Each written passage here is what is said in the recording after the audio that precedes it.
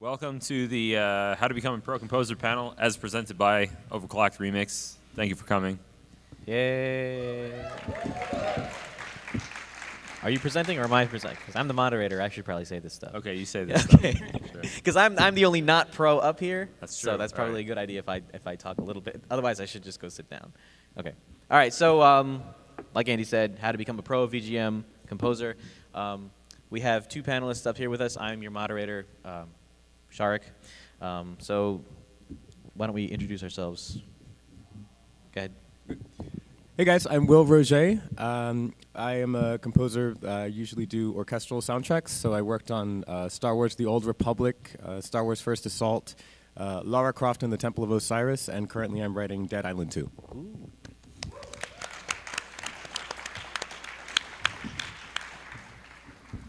I'm Andrew Versa, also known as Zircon on OC Remix, and I've written for games like Soul Calibur 5, Monkey Island 2 Special Edition with Will as an arranger. I've done some live concert arrangements for Video Games Live, remixes on OCR. Recently, I did the soundtrack to Dungeon Mans on Steam, which is a cool game. And yeah, and also a sound designer. So.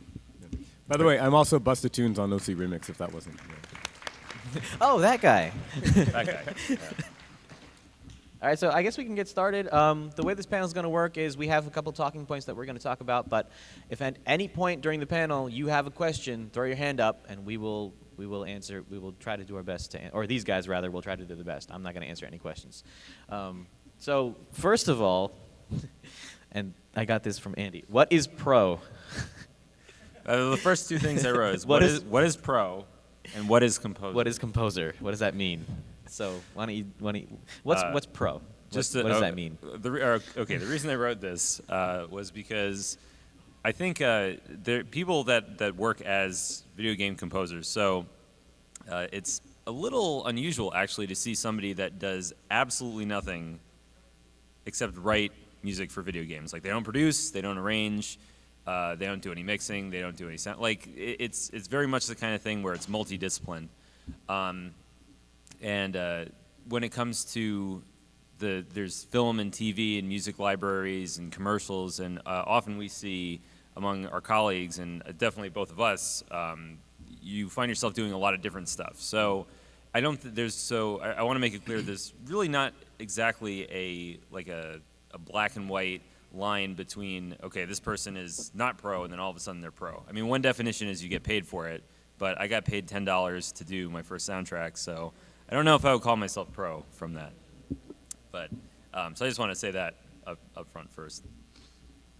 I don't know if you have anything to add. Okay. Will, anything to add, or is that good? Well, yeah, that's good. I mean, like, there's always going to be projects that you'll work on, maybe when you're in high school or college, and, that's one thing. But then once you graduate and you're all completely on your own, then it's like that's when we start to, almost draw the distinction of like, well, this is how I'm making money. So that's where you would kind of draw the line of like what's professional or not. Sure, yeah. Okay, very cool. So, as composers, what kind of formal training do you have? Do you need formal training to become pro, or he's shaking his head? I would say no. I mean, yeah, okay. I do have a degree in music, but as soon as I set foot on campus, I already knew more about music production than literally every other person on campus. So it was like, there's nothing that you're going to learn about that. It's more about getting a theoretical and, historical context about it. And being able to solve, bigger problems, I guess, of music. And understand, like, a bigger context of what you're doing. That's what getting a music degree helps with. Because you'll study, the classical, but also 20th century modern music. And you'll learn a lot more in like, music technical perspective. I think that as far as, I mean, there are like technical schools, so that's another thing. But if you're talking about a conservatory degree, then it's going to be more about that sort of theoretical backbone, which I think helps you in the long run, but it's not completely necessary. You can learn on your own. Where did you guys attend? I have an undergrad at Yale. I went to Drexel University for music industry, and I'll mention so with regards to my degree, so I took some traditional music. That was definitely part of the degree, and I agree with Will 100% that it's not the kind of thing where you go to school and they teach you like everything A to Z, 0 to 100%. To a large extent, it's up to you to sort of synthesize everything, everything that you're learning. So you might take a class in, jazz history, and there might be things that you learn in that class that you can apply to the soundtracks that you're working on. Maybe you study an artist or a composer, and you find something interesting about what they did, the sort of experimental techniques they used, and you apply that. So basically, I think the short answer, we're both in agreement. You don't need formal training, but it can be very helpful, and it doesn't. I also don't think it has to be a college degree necessarily. Oh, absolutely not. No. Could be if you're working with a teacher, a private teacher. There are a lot of very talented composition teachers, for example. Yeah, I would say that the best training you can possibly do is outside the classroom. It's transcription. It's, dictation. It's, if you have a piece of music that you really like and you want to find out, well, how did they do that? How did they do all this? Listen to it and transcribe it. Put it down into notes and figure out exactly what they did. It's like an active listening, and it takes a lot of practice to do that. But that's honestly how I've learned every single style that I've written in, is just from these transcriptions. VGmusic.com, man. That's what. There you go. Still looks the same as it did. Yeah, I know. They have not updated that site in forever. They don't give a shit. So I want to go back to something that Andy talked about a little bit, where he talked about multidiscipline. Outside of music, what kind of things are useful for getting into the industry? I know, Andy, you used to program some old RPG, text-based RPGs and stuff when you were younger. On IRC. On IRC. We're all still on, sadly. But do you find that having knowledge about those disciplines kind of helps you navigate the game industry a little bit more or better? And I know Will knows a lot more than I do about the internal game development, because he worked in-house at LucasArts for years. But basically, there are a lot of skills that can come in handy. Some that you wouldn't even expect would be relevant at all whatsoever. For example, if you study graphic design, or if you've done some graphic design and you're familiar with color palettes and maybe 3D modeling, shaders, maybe you just did it for fun or on a mod or something like that, you never know when that's going to come in handy. If you're doing music for a game and you're trying to talk to artists and you're trying to coordinate, sound effects for an animation, or if even just making things for your own website or portfolio. So I find myself at home, I do a lot of video editing, which I didn't really expect I would have to do as a composer. But I put up tutorial videos on my website, and knowing how to do video editing turned out to be very helpful. So having a well-rounded skill set is, I'd say, very important. Yeah, I mean, just to piggyback on that, it's your industry. So I would say, any way you can immerse yourself in, how everything is created in that, that just gives you more people that you can talk to. You can talk to a tech artist, or you can talk to an engineer, a graphics guy, and you can say, hey, this is actually really interesting what you do. And then, through that, you can build relationships. And then, maybe that means that because now you're friends with this tech artist, now he'll be like, oh, I know this composer. He's pretty cool. Maybe we should use him for the next game. And it's that's how every single gig happens, is by someone knew someone on the team, and then they got hired. Right. Yeah. So networking is very important. Absolutely. Yeah. Yeah, Okay. and and also just the more disciplines I don't think it's very rare to see somebody, let's say, graduate from a conservatory program, and I'm a composer, sign me up for the next game soundtrack, please. It never, unfortunately, works like that. Okay, all right. Okay, maybe a few exceptions, but generally speaking, it's because you're involved in other things as well. Right. Okay. Very nice. So, sort of going off of that, networking is very, very important. Probably for any job. You really, it's a lot about what you know and who you know. So, what are some opportunities for networking that are really beneficial? And how do you even network? How do you get started, especially when it comes to the game industry? Because I know a lot of times people ask the question, how do I get in? It's just like this big thing. How do I get my foot in the door? What do I do? Who do I have to talk to? Who do I have to kill? Who do I have to kill, to get this job? It's an almost, that one question is impossible. It's huge. a That's massive the question, thing. yeah. And you know, Will just said pretty much that a lot of gigs, I'd say the vast majority, are not. When talking about music specifically, it's not somebody posting something online and saying composer wanted. It happens with indie games, I think, a little bit more often. Those tend to be okay, right. It's very rare. It's very rare. It does happen, I guess, sometimes. But when it comes to getting in, I think an approach that might be more helpful to look at for yourself is, instead of trying to think about like, okay, I'm a composer, I want to give my business card and my demo to as many people as possible. Even if that's what you actually want to do, it's more beneficial to just become friendly with people and make friends. And it's very hard to know in advance.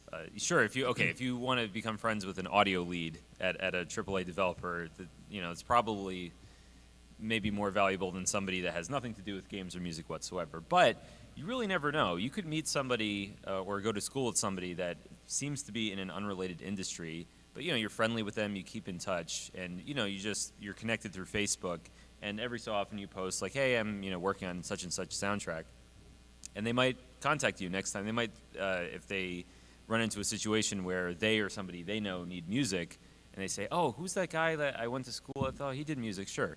It really can happen like that more than you would think. So just becoming friends with people and sort of keeping yourself on the radar in a non-obnoxious way without literally handing out business cards can actually really work. Yeah, I think that you'll find that there's no two stories that are remotely similar as far as like, oh, how did you get your first gig in the industry? There's no commonality to it. If there were, then we would be rich. We'd be millionaires because you know how to get like every gig. But no, it's more about being everywhere you possibly can and being friendly with people and getting along with people that you like. I think is the most important. It doesn't matter like. Don't go up to like some like hotshot composer who's like super famous and then be like, hey, I should be friends with you because you're. It doesn't matter. It's more about befriending people who are at any level, because you never know what you would need. You never know like, oh, I can't finish this score on time because I'd have to compromise whatever. Good thing I know composers who are kind of just starting out, but I think that they're very talented, and I'll work with them. That's very important to have that sort of support base. I will say that on the Tomb Raider soundtrack, every last musician that I hired for that entire score was a MAGFest attendee. Every single one. And in fact, most of them we actually met because we were at like one of the hotel rooms, and we all just busted out our instruments and just kind of started playing. And then I was like, oh wow, you're really good. I should probably hire you for something. And then a couple months later, the phone rang and it was Tomb Raider time, and so suddenly I had this very rich network of musicians. Now, to expand on this, this is probably the next point, but I'll just kind of move ahead, is more practical applications of networking. And the two things I want to talk about are forums and conferences. So as far as forums, I would say, one more before I forget. So there's lots of forums that are specific to video game and game audio. The ones that I would recommend that are on Facebook as well as their own forum are Game Audio Denizens. It's a private Facebook group, but if you join it, you have to be added by someone. But if you really are very serious about that, then maybe come talk to me, and then I'll take your name down, and then I can make sure to add you. And you have to promise to not be needlessly self-promotional. Yeah, don't just be like, hey, I just joined, here's my demo. Like, they'll kick you out immediately, and then they'll be like, what the fuck, Will? But, the other one is the Game Audio Network Guild. It's a paid membership, but there's lots of benefits. Like, you get lots of discounts. They have a lot of content there, like sample contracts and that kind of thing. They're really trying to build a community, and I think they're still pretty much the largest and most powerful organization for video game audio. So it's definitely something that you want to keep in mind. And I think Spencer, there's a Game Audio Network hang tonight, right? It's like, could you like stand up and say where it is and what time? Yeah, it's actually at the Max Brand at 7 p.m. If you just go right out that lobby door, you can literally see Cadillac Brand right across the street. Yeah, and Audio Gang is a wonderful organization started by Tommy Tallarico, who unfortunately couldn't join us. But almost all of my early gigs, in some way or another, came from the fact that I was in Game Audio Network Guild. So it's a very important thing to keep on the radar. Wait, we would be remiss to not mention Overclocked ReMix as That was well. the next one. Okay, very good. Just making sure. This panel is presented by Overclocked ReMix. So Yeah, but you did actually, Yes. honestly, you took the first step. Of all the musicians that I did not meet through MAGFest, I met through Overclocked ReMix. So again, that's a very good resource. Find the people whose music you enjoy, who you think, hey, you're very talented. I'd like to work with you, and then you'll build a relationship. And then the other two are more once you already have a firm grasp of like how to write your music and you're ready to take on work. I would recommend going to Kickstarter. There's lots of games that are being made in a very early stage, and so you can go to Kickstarter to find like, hey, so do you guys need like a sound designer? Do you need music? That kind of thing. And lastly, TIG Source, which I think stands for the Indie Game Source or something like that. Yeah. TIG Source is where a lot of indie game developers will post, work in progress stuff about their game.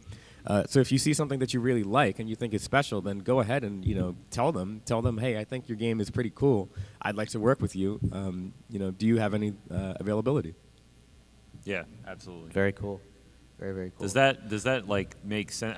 It's such a hard question to answer, but does that if that was running through anybody's head, like how do I get in? Does that give you some ideas? Or is there anything like kind of unclear from that? If so, raise your hand and we'll expand on any of that. Again, like, we have a question over here. Yeah. The Facebook group is Game Audio Denizens. Yeah. Yeah, and the next part of this was conferences. Again, I can't talk up MAGFest enough because this is where you really, become friends with people, which is super important. Acquaintances are like cool and all, but like actual friends are who you hire and who hire you. But the other ones you might want to consider are, Penny Arcade. Do you guys have opinions on that? Like, have you gone to PAX? PAX? Yeah. PAX is interesting. I'm just moderating this panel, but it's a fun conference. It's a trade. It's just for games. It's just hanging out, and playing lots of games and stuff. I know guys like Jimmy Big Giant Circles and like Danny Baranowski. They go to PAX, and I think that might be a little bit better if you have already maybe done some indie games and you've met a few people maybe online and you want to hang out with them and solidify that further. Yeah. I will say that PAX they do a big indie mega booth, which is like a giant section of the show floor dedicated to just indie games. Yeah. So it's a good way of meeting people. Just for OC Remix, I've gone up to people to talk about OC Remix and say, hey, if you're interested in releasing a soundtrack on OC Remix, we have our label, we can do it that way. But it's a good way to meet lots of indie developers because they're all kind of put together in a big block. Which is another good point. I think it's equally important to meet up with other musicians as well as the developers themselves. Because at the end of the day, most of your work will come from, especially for indie games, it will come from like the programmer who's making this game or, the artist who wants to refer you to like whoever's the project lead. Not necessarily from, other musicians. And then the last conference that I wanted to mention was GDC, the Game Developers Conference. My thought on it, and feel free to disagree, but I think that even though they have a student program, which might be interesting to check out, I think that GDC is a little bit too expensive to go to unless you already have a little bit of a footing. So I would recommend going to these forums first and making a lot of contacts there and getting a little bit ahead of the game so that you can go to GDC prepared, because it's like $1,000 and you don't want to just show up and not have anyone to talk to. So you want to try to set up meetings ahead of time and try to befriend people a little bit before you sort of jump into the arena with that one. I agree 100%. There's a question over here, I think.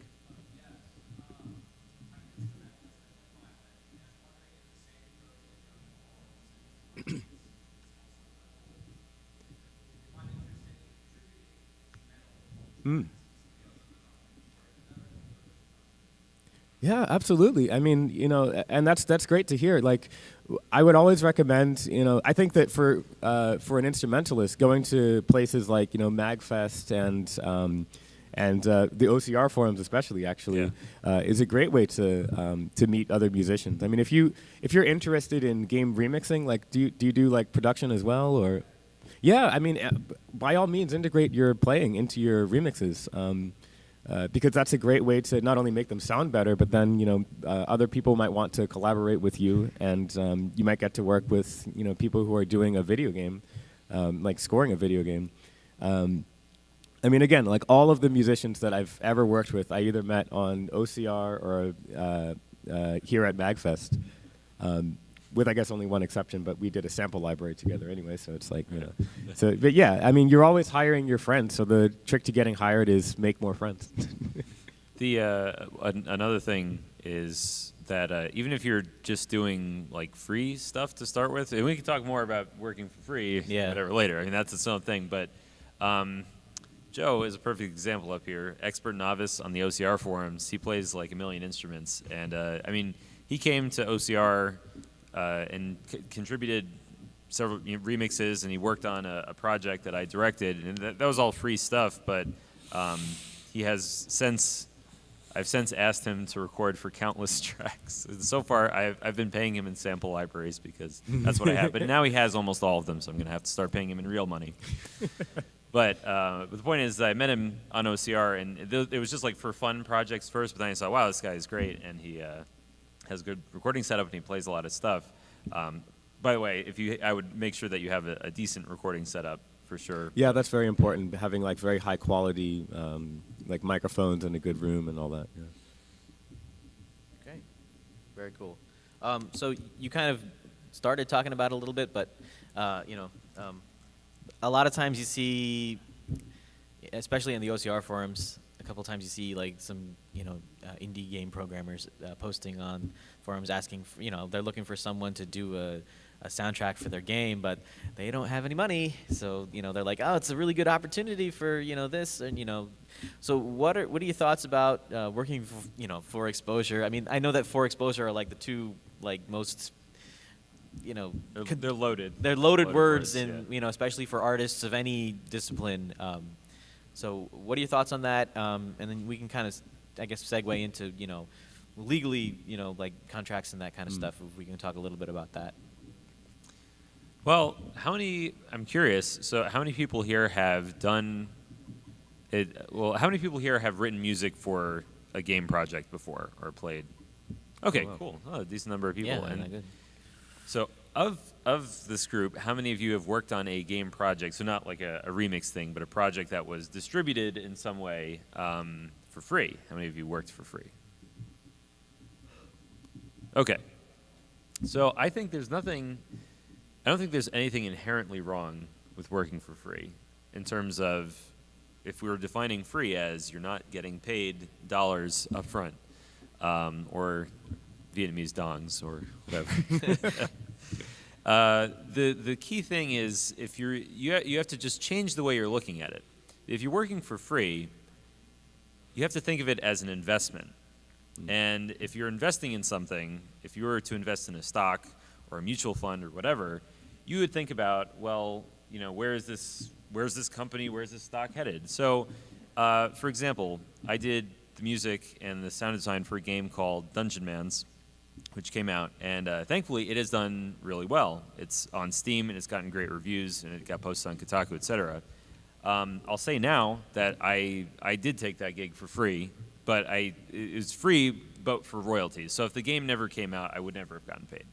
But I invested my time into that because after meeting the developer and seeing his credits and playing the game, I was very, very confident that the growth was going to be there and that it was going to be a success. He had worked for AAA companies before. He had something great that was playable and fun.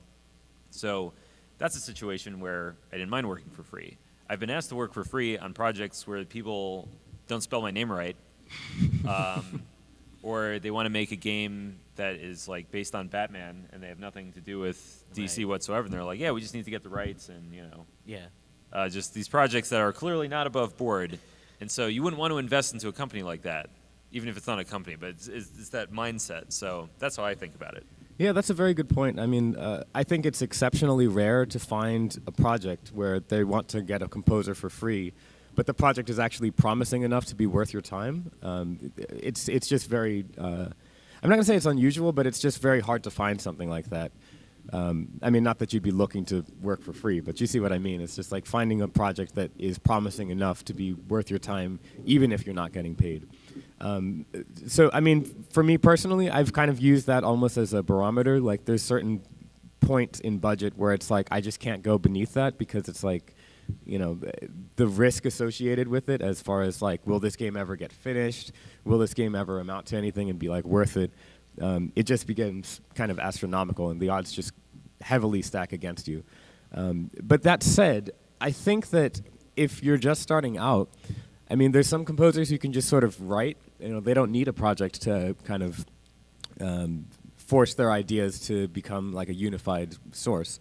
And so, yeah, if you're that guy, then you don't really need to work on a project just yet. You can work on, you know, whatever. You can make an album. You can, you know, work on OC remixes to like build up your production kind of chops. But for some people, and this, I think actually, honestly, I was in this group.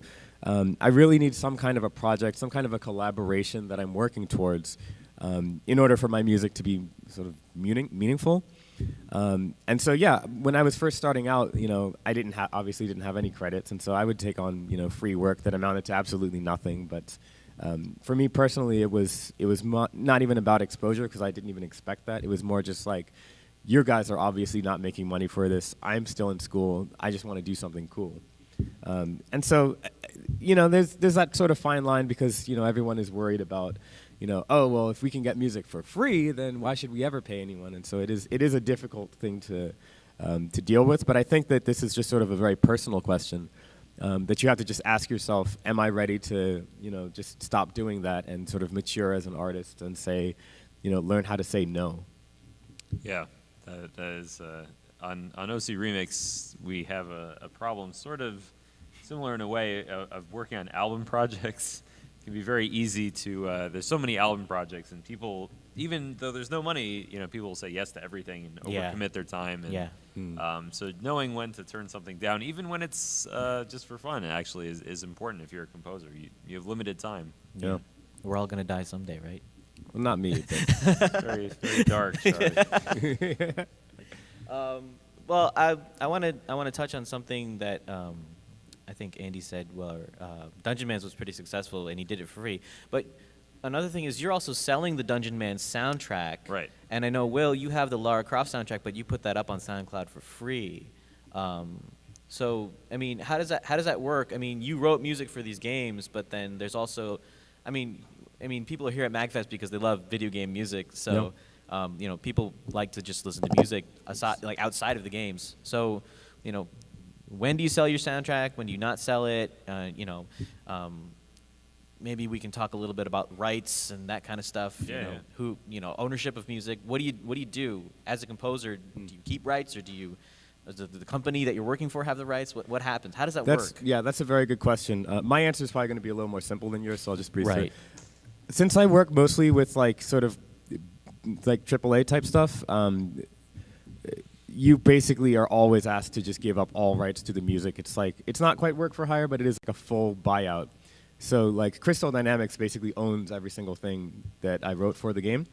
And so the decision to put the music up on SoundCloud, we have the soundtrack up, that came from Crystal Dynamics. Mm-hmm. I had to convince them to do it, but you know, they wanted to do something for fans. They honestly had no idea that the score was like 120 minutes long or something. They thought it was just this little 15-minute thing, when I was like, no, there's a lot of... And so, yeah, I was the one who convinced them to like do this whole release schedule and like put the music up there. Just let the fans have it for free. Don't, you know, charge them money or anything. Mm-hmm. But it was an option between that and nothing. And so, you know, I want my music to get out there because I'm very proud of what we've done on that. And it's good for them too, because it promotes the game. It's a good, you know, marketing tool. I actually didn't even talk with the audio guys about it. I talked with the marketing team because I was like, hey, guess what? You get to have more, you know, marketing blips on the radar, you know, by having this soundtrack up. You know, when I was working at LucasArts on the Star Wars scores, we were forbidden to put any soundtracks up ever because John Williams was like pissed off about some irrelevant bullshit. That's a long story. But yeah, someone's. What's that? Wow. We can talk later. He's a wonderful gentleman. Is this being recorded? But yeah, so we weren't allowed to put soundtracks up, and so when someone would like rip music from the game and put it on YouTube, we would just celebrate. We were like, "Yeah, awesome! This is great. This is as good as it gets for us." And so coming out into the freelance world, that's one of the biggest kind of advantages to it is that finally we're not in this sort of like musician cage. We can share our music out there. But that's that perspective. I mean, for indie games, I would think that you have a lot more control over how it gets disseminated. Definitely. If Danny Baranowski and C418, the Minecraft composer, et cetera, if they were here, they would speak to the fact that I think they've gotten the majority of their income from the soundtrack sales. I think they've said that publicly before. So that's sort of the angle that they take with it, which is that's valid. If you want to take the approach of rather than getting paid a lot of money up front, you can negotiate something where instead of the developer owning the soundtrack and owning all the rights to the music, you just say, well, I'm giving you a license to use the music, but I'm still going to own the rights. So if you own the rights, typically you can do whatever you want. Copyright is a weird thing where it's actually broken up into a lot of separate rights that can be transferred and shared, and it's weird. But at the end of the day, I'd say the majority of indie developers are very much willing to say, oh, sure, you can keep the right to distribute the soundtrack. I don't care about that because I'm not going to use it as a developer, so I just need the right to put it in my game. And I think it's always 100% of the time a good idea to have your soundtrack, even if it's not for sale, even if you feel like, oh, it's just 2 tracks, I'm not going to sell it. I think it's basically always a good idea to at least put it on YouTube and SoundCloud.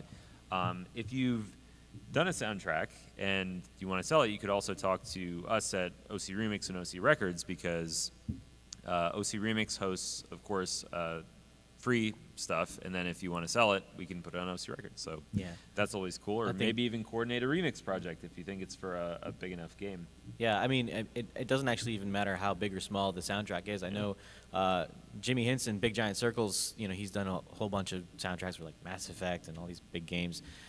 He wrote the soundtrack for a game on mobile called Threes. I don't know if you guys have ever played this game, Threes. It's amazing. It's a #1. Yeah, it was like the game of the iPhone year. game of the year. Yeah, it was like game of the year and a bunch of like Crazy. mobile lists and stuff. There's one track there's one piece of music in that game, and he put that up like for sale. It's on Overclock Records. You can buy it, and it's like 3 tracks. He has like some unused, like 2 unused like things that he didn't put in there. It's the Threes soundtrack, and it's 3 tracks, and it's tiny, and he has it up on the like Overclock Records for I think like $1. Yeah, $1, I think something it's like like that. $1. But why not? Yeah, Why but, not do that? It's No great reason not music, to. and he I don't know if he's made a lot of money off of it, but it's yeah. I mean, Flex has got Threes over there on his phone. Yeah. It's a great game. Does anybody have, yeah. I guess kind of what we're talking about. What do you think as a professional composer about sort of the rising trend of including soundtracks with games? How does that work for the composer? Well, I think about a lot of Steam games yeah. come bundled with their soundtracks and their own costs. How does that work? For the people that I know that have done that, and then I've done it myself as well, we put something in the contract for that. So we say, typically it would be something like, since Steam breaks it down on the developer side, they show you what is sold. You can say, okay, if the normal game sells, maybe I've negotiated a 5-cent royalty, and then if the bundle with the soundtrack sells, then that's $1 to me, or something like that. So you would actually write that as a separate thing in the contract. And when it comes to contracts, one thing I'll say about that is, yes, for a big project, you probably want a lawyer, but as long as it's clear and defined, it's a lot better than nothing. So if you just say, for every copy of this soundtrack and game bundle sold on Steam, developer is to pay $1 within 30 days, or something like that, anything to get the point across. But yeah, that's usually a separate thing. And I think it's fine because a lot more people typically buy stuff on Steam. They'll just like buy it like it's nothing, especially if it's on sale. Yeah, winter as sales. we all know. Yeah. So, a little bit more about contracts. where do you get this stuff? Like, how do you know what to put in a contract? Can you get contracts like pre-made, or do you need to talk to a lawyer for everything, or What do you not need to talk to a lawyer for? I've only actually, believe it or not, I've only conferred with the lawyer on one project I've ever done. This is Dead Island. And we talked about it. But and the only reason that I did that was because it's a German developer and there's the whole international law and but everything else I've just handled on my own. I've had a contracts template that I've just been evolving for the last 10, 15 years or so. And I mean, honestly, it's the English language. It's just it's common sense. I mean, there's some legal terms that you should know about, and boilerplate statements that you just have to put in there, like jurisdiction. Like if something comes up, what state should it be resolved in, and things like that. But otherwise, yeah, I think that I'm pretty sure that the Game Audio Network Guild has some sample contracts They do. online. Yep. It's a great place to start. And basically the contract's only role is to just resolve differences that may come up later, and then also put into writing whatever compensation, whatever rights, and and we didn't talk about this, I don't think, but even if, and this is a little bit of a segue back to something we were talking about before. Yes, there are games where you're not getting paid in money, but there can be other services that you can get from doing this game. Other services. Yikes. Yeah. whoa. This is, what I this mean is by not that an is- 18-plus panel. Really? I need you to scale it back a little bit. Thank you for moderating. Well, yeah, but a lot of times you'll be working with games that have very talented graphic artists at the helm, for example, and so maybe you need a new website. Well, maybe they can't pay for your music, but I can have them design my website. I can have them design my demo sheet. I don't think I've ever paid for any of my graphics in any part of my online presence, because it was all just one gig or another. That Barter, basically. Yeah, the Well, barter I mean, system. Andrew, you said you were paying Joe in sample libraries for Yeah, the yeah, past there you couple go. of years, Yeah. so I guess it works. Yeah. I'll add. Oh, yeah.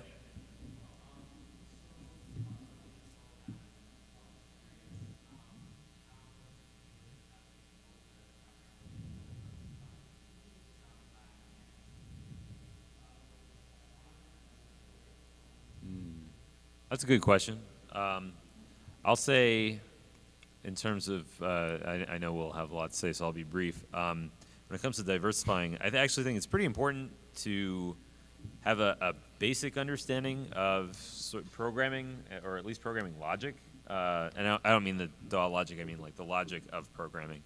Not in the sense of you actually need to know syntax like C++, but just to have an idea of how structures in games work, and how so that if you're talking to a programmer and you're saying you're trying to communicate an idea for how you want audio to be triggered, even if you're not in the code yourself, just knowing enough to get the gist, and so that you can be effective in a team environment. So I'm actually a big advocate of a little bit of programming. Yeah, I mean, I'm debating whether I should give the diplomatic answer or the controversial answer to Give that it question. Let's hear it. Well, so here's Let's the get thing. real. All right, I'm just gonna say this. It's good to have knowledge of everything, but it's very rare to have someone who's equally good at composing and sound design. Usually, what happens is you either gravitate towards one or the other, or it's like jack of all trades, master of none kind of situation.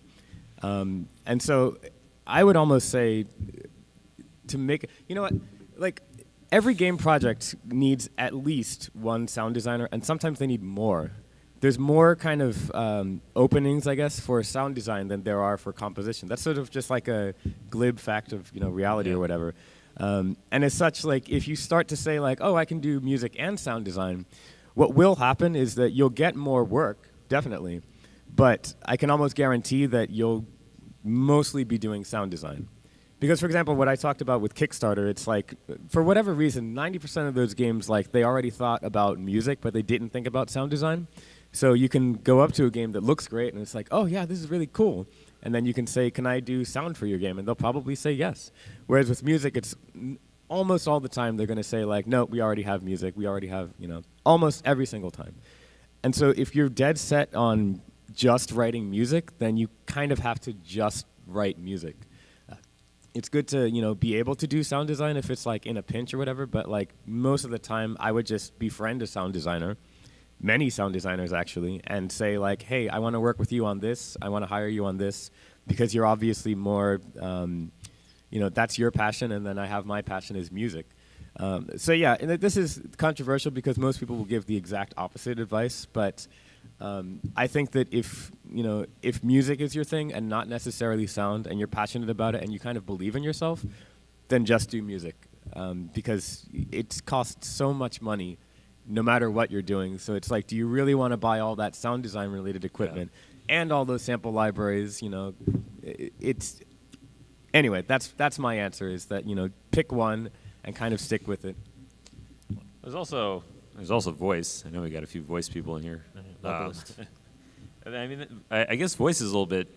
It's almost like its own thing. It is in some ways. I mean, your wife Jill is a vocalist. She does a lot of video game work. Sure. I think like if you play an instrument, and if you do like VO stuff, like those can almost be added on to some extent. Especially if you're an instrumentalist, like you play instruments. Oh yeah. And I know a lot of our friend Jeff Ball. He is a violinist, so he kind of gets hired for a whole bunch of different things. So that's fine, I think. But I think I've come to agree with Will on the sound design versus composing thing. You probably just want to specialize in like one of those two. One question over there.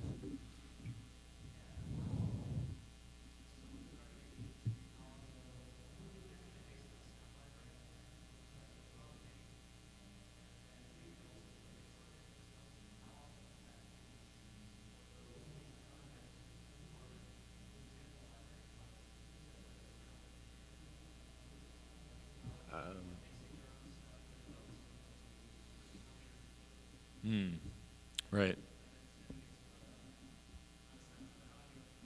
Sure. So in other words, like how often do we as composers have to do sort of the production and mixing and engineering side of things? Is that accurate? I'd say for like any indie project, you're 100% going to be doing your own stuff, unless you're like friends with somebody that's going to mix for you. But it's kind of weird. I don't usually hear about that. For the bigger projects, it tends to be the case that if it's mock-up stuff, so if you're working mainly with sample libraries, or if you're delivering, electronic tracks or rock or hip hop, something like that, it tends to be more the expectation that you'll probably be doing the engineering for that as well. Whereas if it's an orchestral thing, there will almost always be somebody that's handling the engineering. But I think Will can speak more to that. Yeah, that's a good question. Like, I only know 1.5 composers who will do a live orchestral score and then also mix that score. One and a half. Because the other one isn't very good at it. Oh, okay. Well, I didn't say who it was. I told him to get real, so this is very He's real. But no, it's usually they'll include that in the budget, and they'll be very realistic about okay, well, we obviously need someone to handle this. Usually it's the recording engineer, him or herself, who will also do the mix. As far as there is a very famous mixing engineer in LA called John Rod, and a lot of people will hire him to mix their mock-up orchestras. Like if they know, well, we're not going to have a live orchestra in this game, it's just all going to be samples, then they'll deliver stems, which is like, soloed out prints of different sections of the orchestra. They'll deliver that to John, and he'll work his magic. I mean, he's been in the industry since forever, so he knows how to make anything sound amazing. He'll do that, and he'll send it back, and suddenly it's much, much better sounding.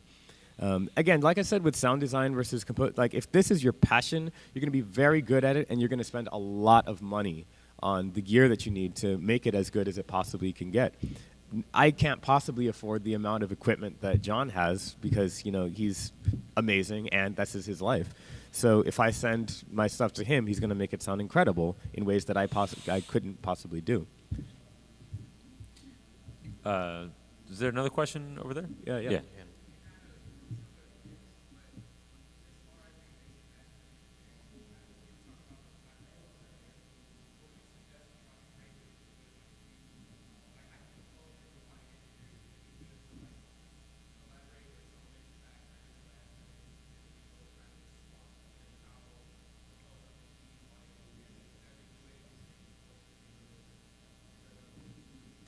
You could You could definitely do that, and split it up so that one person's doing just writing and one person's doing mixing and mastering. I mean, certainly on Overclock remix projects, the various album projects that we've done, oftentimes that's come up a lot where somebody has done a track for a project and then I'm involved in it and they'll say, would you mix and master my stuff? And I usually prefer.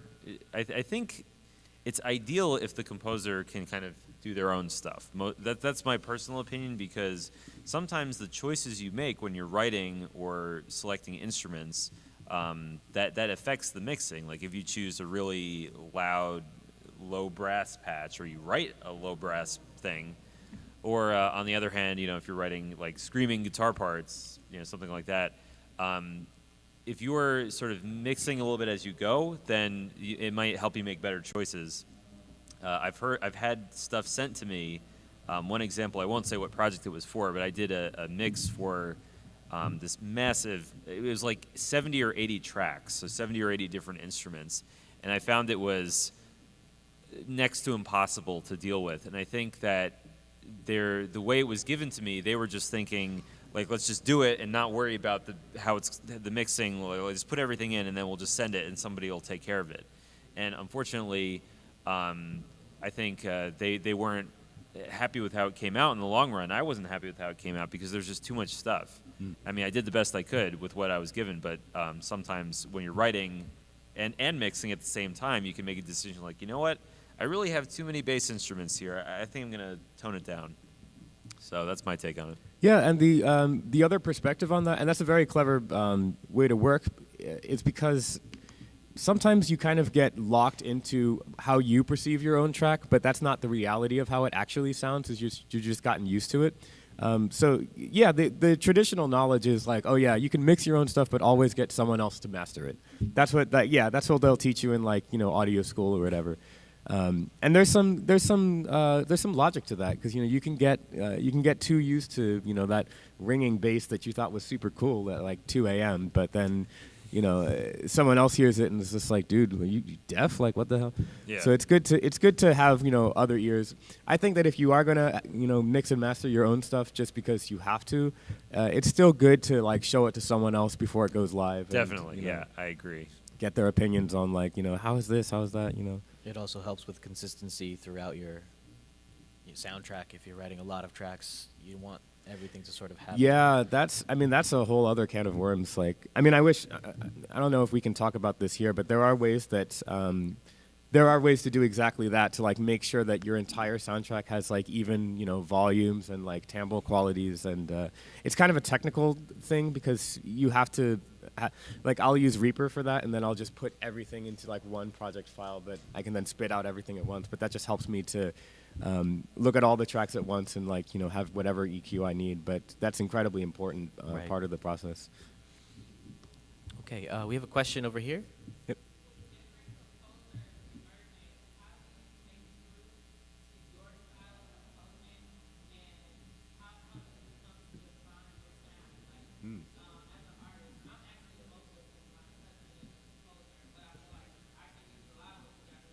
Huh.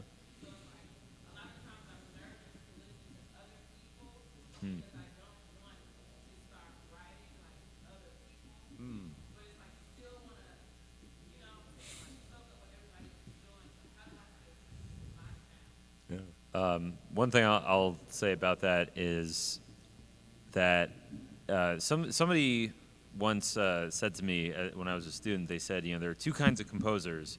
There are people that can kind of do everything. They're like chameleons. They're asked to write in a certain style, and they'll just do that style perfectly. You ask them to do something, they can do it. And then there are people that they do the one thing, and they do it really well.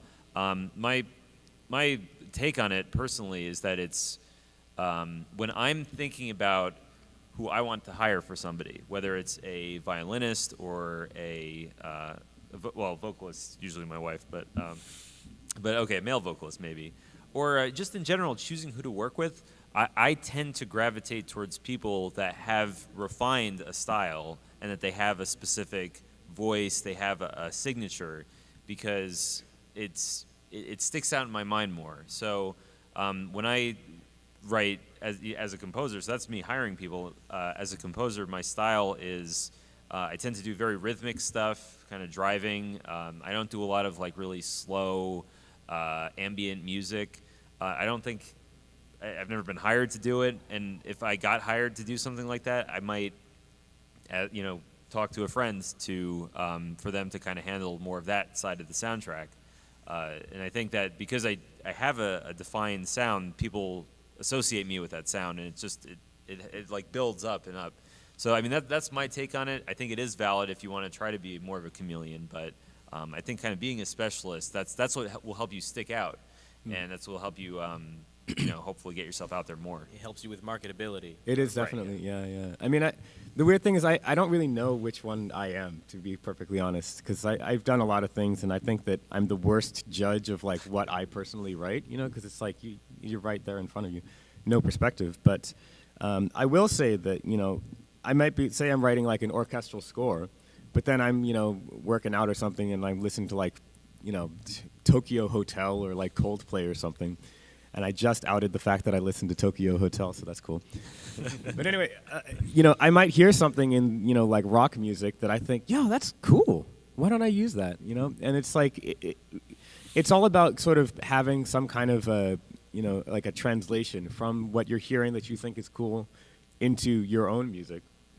I almost think of composition as, every composer has their big bag of tricks. Their big bag of techniques and like sonic ideas that they just think is cool. You're just making a mixtape, basically, is all you're doing, and you're just kind of refracting that through your own personal experiences. But that's really all it is. When I was first starting out, I was worried about like, oh no, I sound too much like this, it's too much like that, and stuff. But eventually, it was more like, once you write a certain body of music or perform a certain body of tracks, you can then listen to your old music and like, your own music through the eras and just see like, well, what do I keep gravitating towards? What are the commonalities? And, you can, if you want, you can then focus on that and say like, all right, well, I notice I use harmony in this certain way. And even when I'm doing a different track that's completely different style, whatever, I still have these same kind of things that I come back towards. And then, why not just explore that? And see like, oh, okay, well, let's try. Let's see what that's all about. And I think it's really cool that you're also doing vocals, because I think that with singing, you could also say like, I did this track a long time ago, and I did this weird thing when I had this like one word that I was pronouncing in a different way than I normally would. That sounded really cool. Like, let me expand on that. Let me try something else with that, or like a little vocal inflection that maybe you do, but not a lot of other people do. It's all about just sort of having that introspection with it. Yeah. Hopefully that's helpful. Yeah. Some way. Great. So, Will, this might be more relevant for you.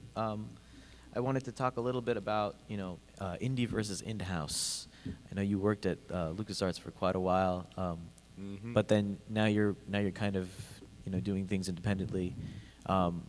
What are some of the advantages of both, and what are some of the disadvantages or the cons of? I've been at this for a surprisingly long time, and when I started off, everyone starts off kind of indie, right? Because it's like hard to, like, there aren't very many in-house positions out there.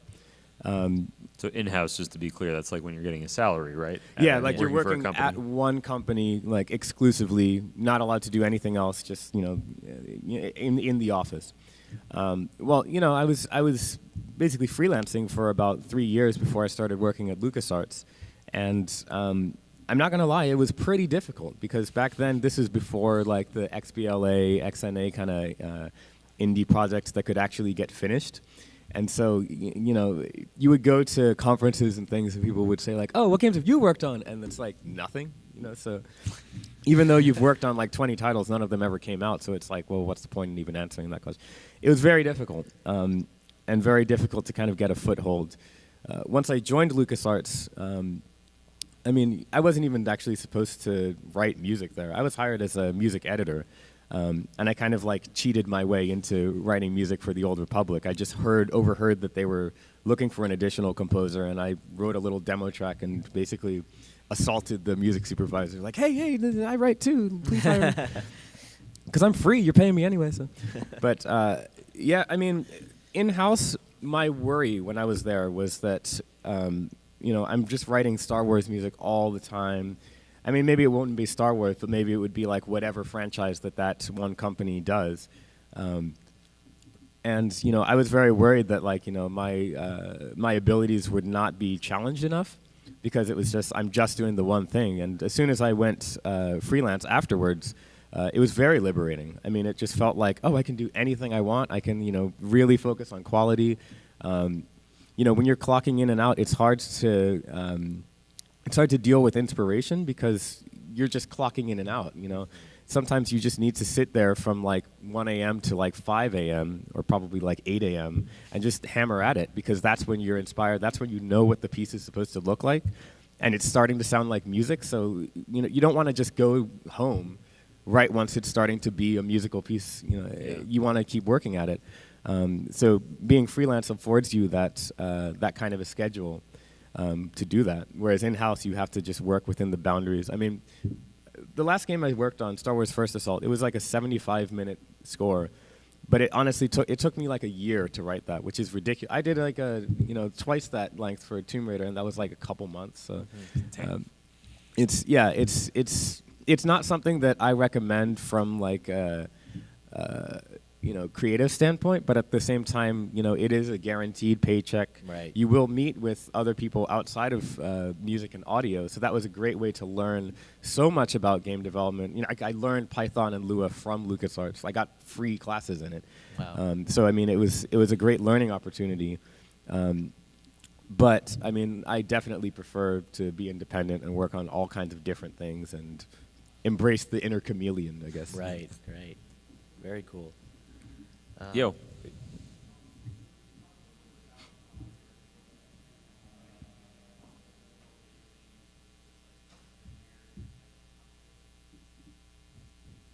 Music for games versus linear composition? Yeah.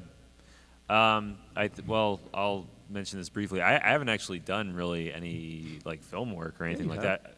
Have I? Yeah. Oh, well. I guess I forgot. Well, I've done stuff for cinematics. I've done some stuff for TV.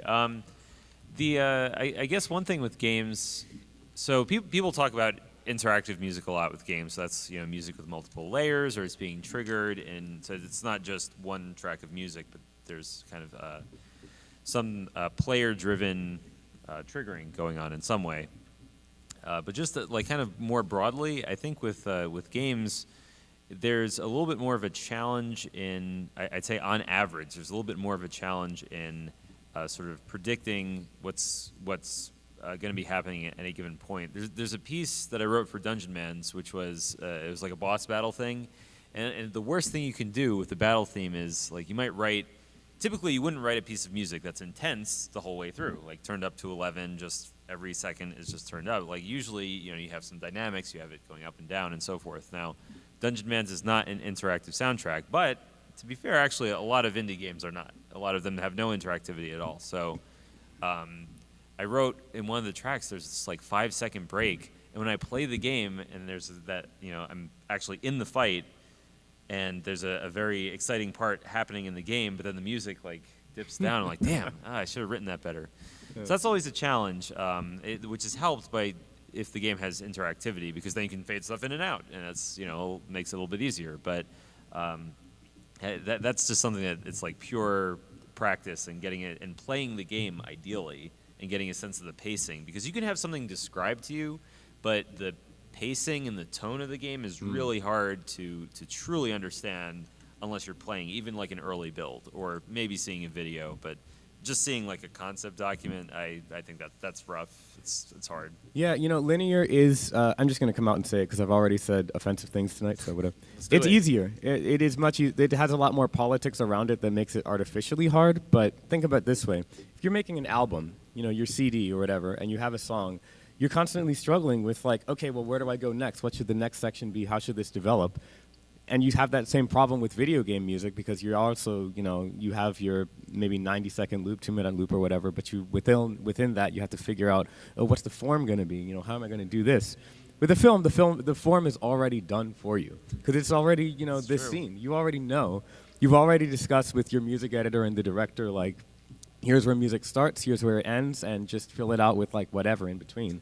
So it is easier. I mean, because it's easier, you can have a lot closer relationship to the drama and the emotion, but it's still definitely a much more simple process.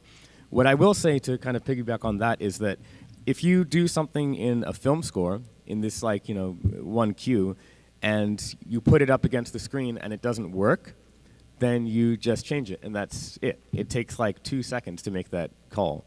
In a game, you then have to render your entire track. You have to implement it into the game. You have to get to that point in the game through, like, hopefully you have the game with you, and if not, then like you're basically screwed. But then you have to play it, and that's when you decide, like, oh yeah, this didn't quite work. And it takes forever to make these kinds of decisions. It's very difficult to be your own supervisor in that regard.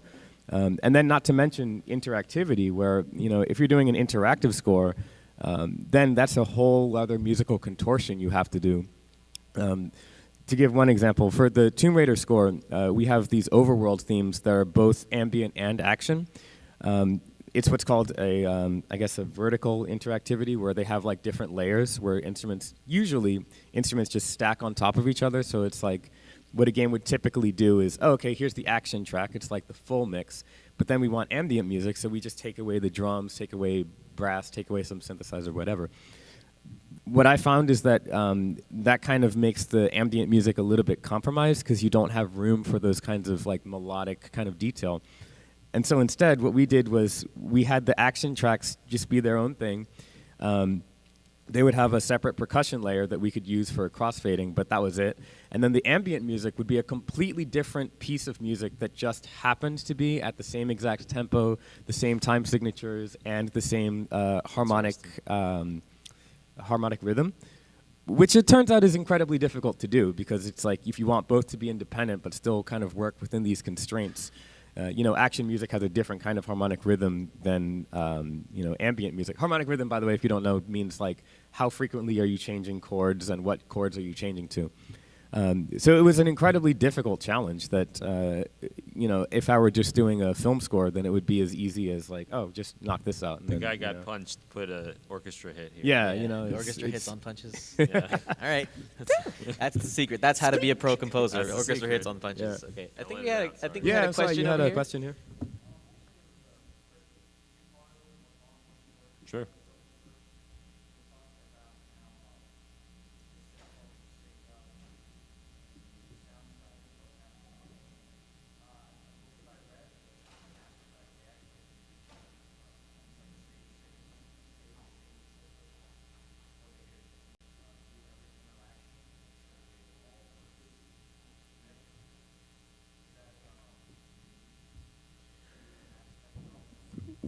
In Mass Effect, they used a tool called Wise, which is a audio engine. And what I think that you're talking about is they have a system where like there's different transitional segments that can lead from one piece of music to another, or even like from one intensity level to another intensity level. And what Wise does is it lets you have like what's called a preview grid that lets you just test out every possible, like, oh, I'm going from this to that. How does that sound? And that definitely helps out a ton, with figuring out all the transitions. We're using the same software on Dead Island 2, and we also use this on First Assault. It's very powerful and a very good way to make Pretty sure. widely used, I'd say. Yeah, in a lot yeah, of yeah. major It's actually projects. probably one of the most. Wise and Fmod are very popular now. You had a say.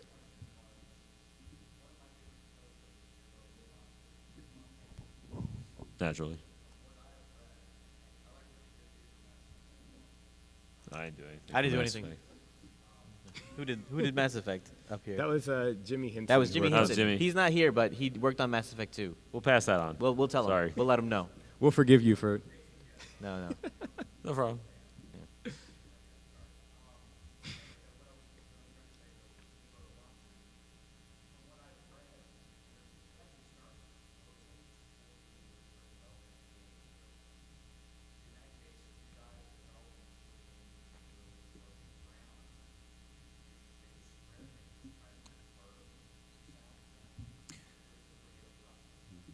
That's a good question.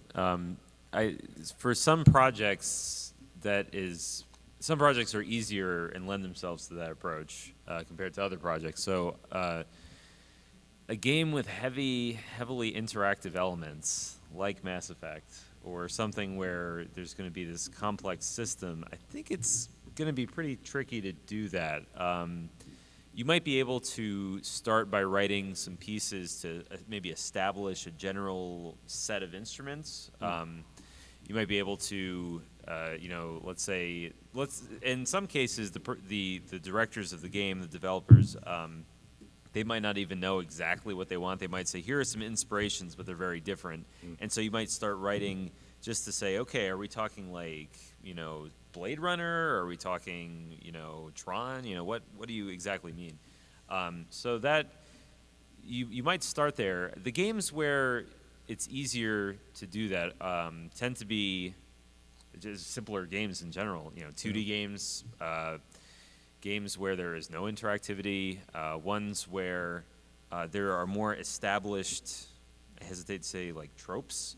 So if somebody says they're making a throwback JRPG, then I already have a sense of the kind of stuff that's going to be in that, and I can start writing because I'm familiar with it. Whereas if they have this, concept for a game that I haven't seen before, or it's less common, or they're using an unusual setting, it's going to be a lot harder, even with a script, to understand what they're going for before I actually play the game.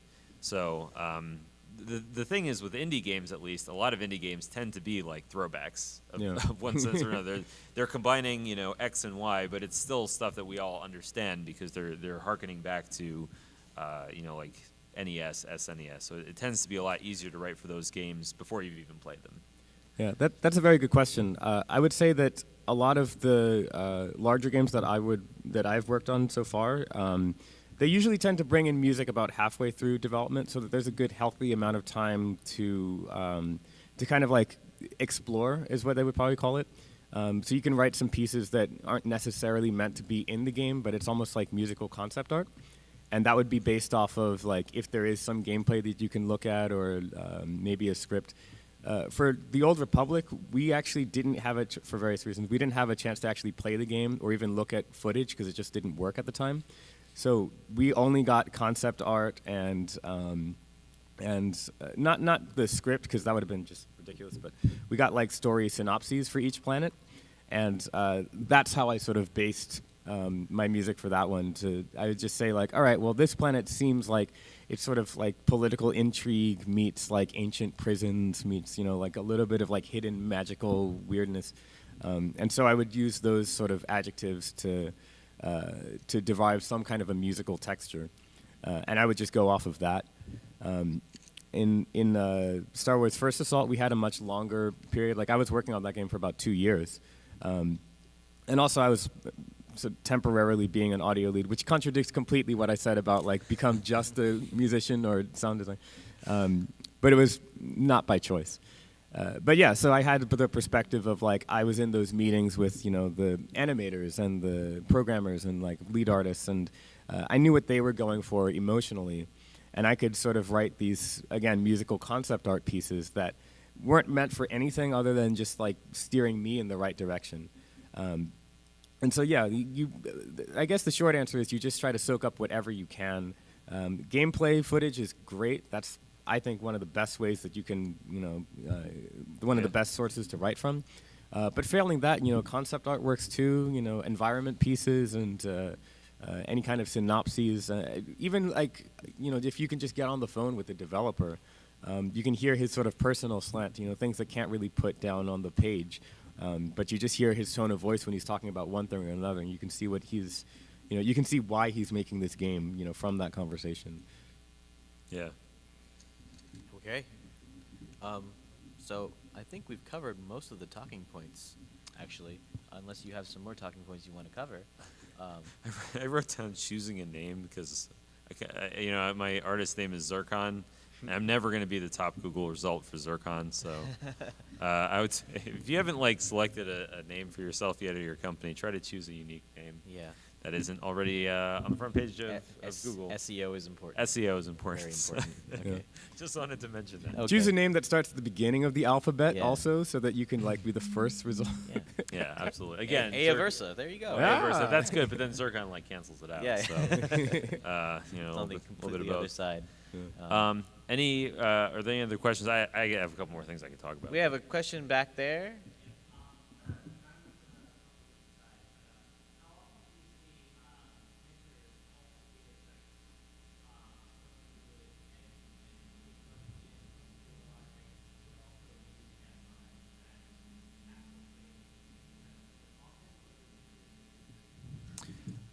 For projects I've worked on, even indie projects, I find that when you have a smaller team of people, it tends to be the case that you end up doing multiple things. So I've been given access, and I ask for access to like Exact or Fmod or whatever, so that I don't have to bother like the one programmer to implement my stuff. So I think it comes up pretty frequently there.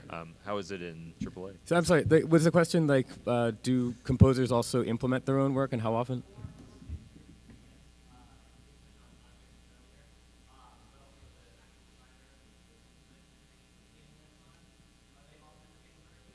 Oh, okay. Yeah. So a little bit of like, just to step back, a little nomenclature. Usually, if we're going to hire a mix engineer to work on the game, he's sort of this offline like part of the music team that doesn't really touch the game itself in any way. It's like like a guy in LA or like Montreal or wherever, who's just like operating on that level, and then he just sends it back to me, and I interface with the game. It's usually not. Like, if you look at the credits for, like, a game score that's, like, a, larger thing, then usually they separate out the music credits because there's a lot of people who have very little to do with the game itself. It's just, like, they're working for the composer. So the mix engineer would be that guy. As far as who's putting the music in the game, like Andy said, it depends on the, like, echelon or, like, the budget or whatever. In a AAA game, it's usually someone on the audio team. Sometimes it'll be a sound designer. Sometimes if you're like Sony, then you have a team of like 20 guys who that's the only thing they do is just like work in, their own tools usually, or WYs to implement music. But then what's kind of interesting is that, again, at that like very expensive level, they'll also have mix engineers in-house, and their job is to separate out those stems that they recorded so that they can say, okay, here's like Uncharted 3. We're going to have, like, this part of the game, it'll just use, like, the string stem of this track, maybe with even, like, the percussion of this other track or something like that. But they're making those kinds of decisions and making those kinds of edits and implementing that into WYs or their own, like, Sony tools. But, yeah, it's like it's usually not a level designer doing this. At the top levels, but again, like once when you have a smaller budget, then people kind of take on different responsibilities. Anything goes, Yeah. basically. Okay. There's another question. We had in that another area. question right here. Yeah.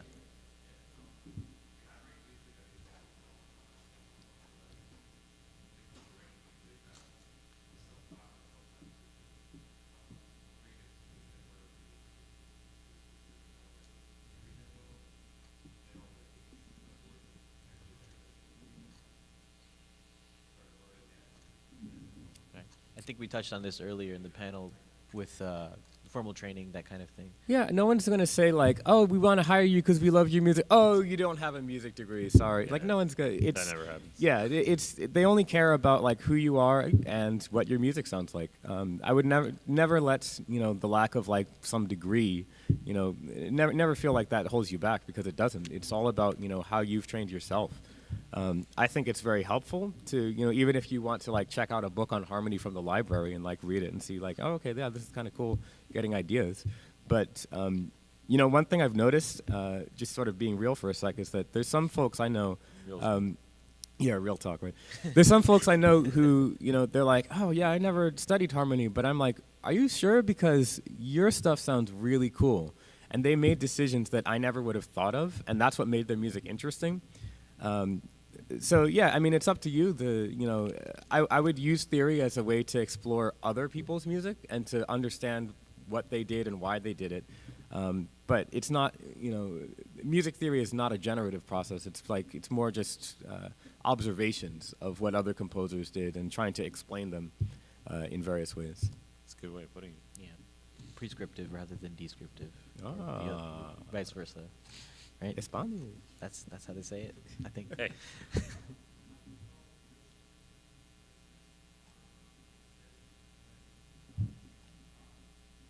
Sorry, what was which ones to take seriously? I didn't hear the last part. And which ones to dismiss? Oh, okay. Well, if the Overclock Remix judges panel says something, you should take it to heart now. Actually, I think, well, okay, when you're talking about criticisms, just like in general, I'd say most composers I know, in fact, all composers I know, have a circle of people that they can sort of count on, that they trust. If I write a track or I do a mix or something like that, there are people that I will ask, and I trust their opinion. I go to them first. If somebody gives me an unsolicited criticism and it lines up with something that somebody else said, I'll consider it more. But in general, the more your music gets out there, the higher the chance that you're just going to get like random criticism, and that's something that on OCR happens all the time. People will say stuff that is wildly inaccurate, like YouTube commenters, and so you almost have to be like kind of dismissive by default, unless you see there's like a common theme that the drums here are too quiet, and you're like, a lot of people are saying that. Okay, maybe take it to heart. But really, I think the best way to deal with criticism and get helpful criticism is to find a small set of your colleagues, your friends that you look up to, that you trust, you think are skilled, and then you sort of ask them first.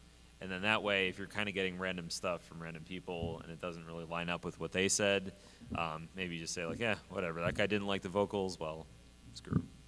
Yeah, that's a good question. It's very difficult. It's kind of very difficult to decide, how much am I going to accept what other people say, and then how much am I going to stick to my guns. I think especially if you're using some kind of a pop or electronic style, because the possibility is literally infinite. You can do anything. So who's to say like, oh, well, this is bad, this is good, I write mostly acoustic-based music, and the music I write is bound to the reality. So it's like, you can either play this or you can't, and that's all there is to it. So that's why it's, in a way, easier to, to sort of criticize an orchestral piece, because it's like if you have something that's just literally impossible to play, then you can easily, latch onto that. What I will say, though, in addition to that is, again, I've been writing for kind of a surprisingly long time, and there's been eras in I guess, my musical life where I think that I just listened too much to the criticisms. And, it's like, imagine you're making a sculpture, and that's your musical, that's your musical oeuvre or whatever. You can sand it down to be like this perfectly, shiny sheen, but then it's like it's lost all character. So you have to sort of be very introspective about, is this a time for me to just be working on the technique and making sure that everyone is happy and all that, or is this a time for me to explore what makes me me? What is it? What's so great about my music? What's so special? Why am I writing in the first place? I think that there's different times in your sort of musical life where one is more important than the other. There's times when it's like, yeah, I really got to focus on technique because I'm learning this new style and, whatever. But then there's times where you kind of have to step back and say, you know what, people are going to say whatever they're going to say, but there's something I'm trying to do, and it's a question that only I can answer. Do you find that you run up against that a lot in the professional sphere? So when you're writing something for like a game, someone else on the team, maybe audio, maybe developer, someone will just be like, what's going on there? I don't understand what you're doing. Can you change it? Yeah, Do you find that if you the need to client change it, says or- like, "Hey, I don't like this is bullshit," then yeah, you have to change it. Sure. You can sort of talk with them, and it just depends on what kind of relationship you Sure. have. But Challenge them to a fist fight. yeah, With, It usually goes over well. orchestra hits on all the punches. yeah, yeah. I thought the orchestra hit should go with each punch. It's like, no. But one of the most difficult experiences I've ever had. I won't say which game it was, but you guys obviously know. I had a committee instead of a single person that I would work with. He's laughing because he dodged a bullet on this gig. But yeah, I had a committee that I had to get past for every single piece of music I was writing. And so one person in this sort of team of 8 people, they would say like, "Oh, this sounds too much like sci-fi. We're making like a horror game," and I'd be like, "How the hell does this sound like sci-fi?" And it was only through goading and prodding or whatever that I realized that I used one electric guitar power chord and it made him think of Halo, and then suddenly it's sci-fi. It's shit like that. That you have to just kind of deal with and talk to people about it. And people aren't stupid. They're always willing to come to an agreement, and if they're not, then maybe it's not a gig that you should be working on. Or maybe Yeah. not a fight that you want to take on. Yeah, pick your battles Yeah. for sure. Exactly. Yeah. Well, we have about 10 minutes left.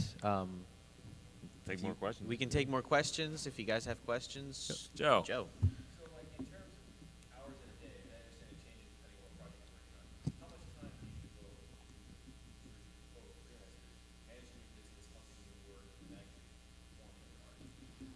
That's a great question.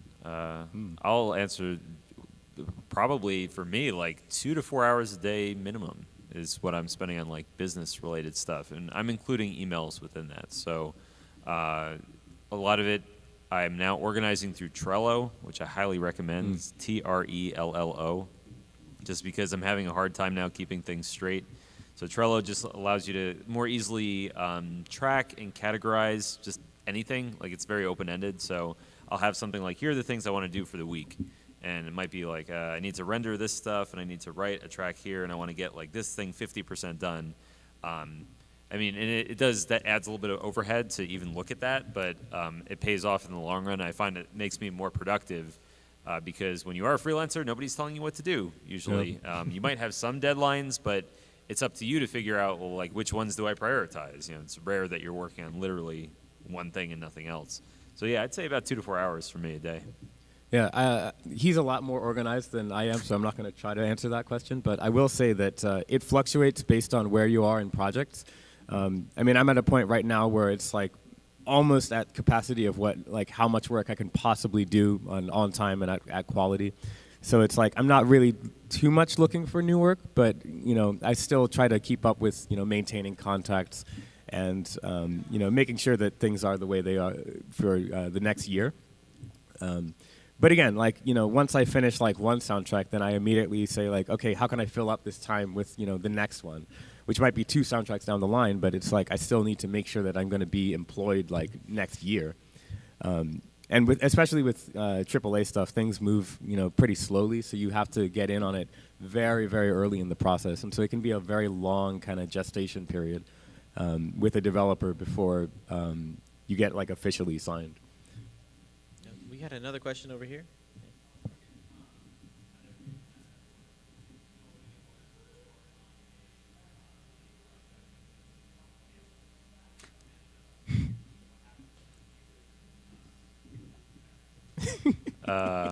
That's a good question. Will, you want to take this one? Oh, God. Will take that. So you cry a lot.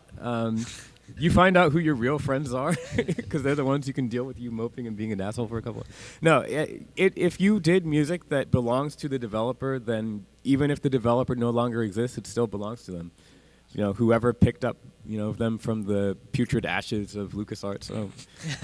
Then so there's really nothing you can do there. But if you were working on an indie title that you still retained the rights to the music, then yeah, you can absolutely repurpose it. Do whatever you want.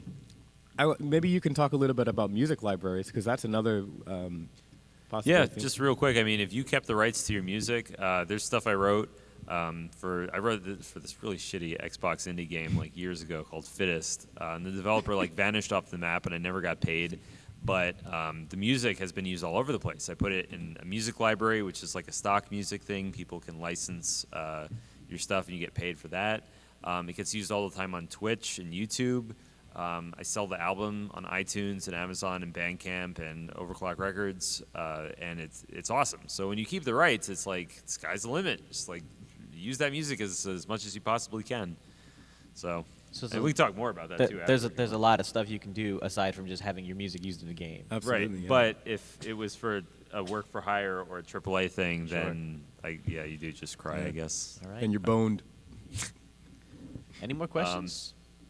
We how about back, Let's way in the back. Yeah.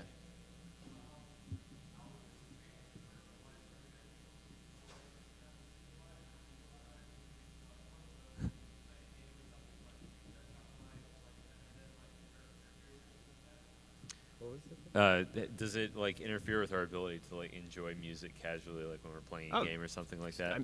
I mean, if I weren't writing music for games, I wouldn't have nearly as much fun playing games, I don't think. Because like I can hear, not only am I enjoying the music like as music, but I can hear the decisions that they've made. I can see how it interacts. It's like with the film especially actually, because film music is meant to be in the background and not even heard really. But if you study film music, then now you understand. It's like a game. You can like understand what they're doing, and you can see what's going on. There's like, I mean, there's still surprises, even though you know the techniques, because it's like everyone's going to make these decisions. There is one downside, which is that I have a really hard time not hearing presets now, like drum loops and stuff. I'll be like, that's RMX. I have that. I know that loop. All right. Very cool. I think we're probably We should probably wrap this up. So just a couple things. Will mentioned before Game Audio Denizens, which is a Facebook group. Yeah. That's a good opportunity for networking. There's also the Game Audio Network Guild, which is a website, gang. Yeah, and tonight, once again, at 7 p.m. at the Cadillac, yeah, whatever. the Cadillac Ranch at 7 Cadillac p.m. Ranch, yeah. There's a gang event. Yeah, hangout. it's gang hang. We'll all, hang out. And also, this panel is presented by OC Remix. So check out the site, ocremix.org. It's a community for video game remixing, appreciation of video game music as an art form. It's actually a pretty good way to build your skills as a composer, right? As an artist. It is. Yeah. So that's where I got started. That's where Andy got started. Yeah. So ocremix.org. So check us out, and we'll hang out here for a little bit. We're going to hang out a a little bit outside, or here after this panel. So if you guys want to chat with these two guys, feel free. All right. So thank you for coming. Thank you for coming, asking guys. questions. Yeah.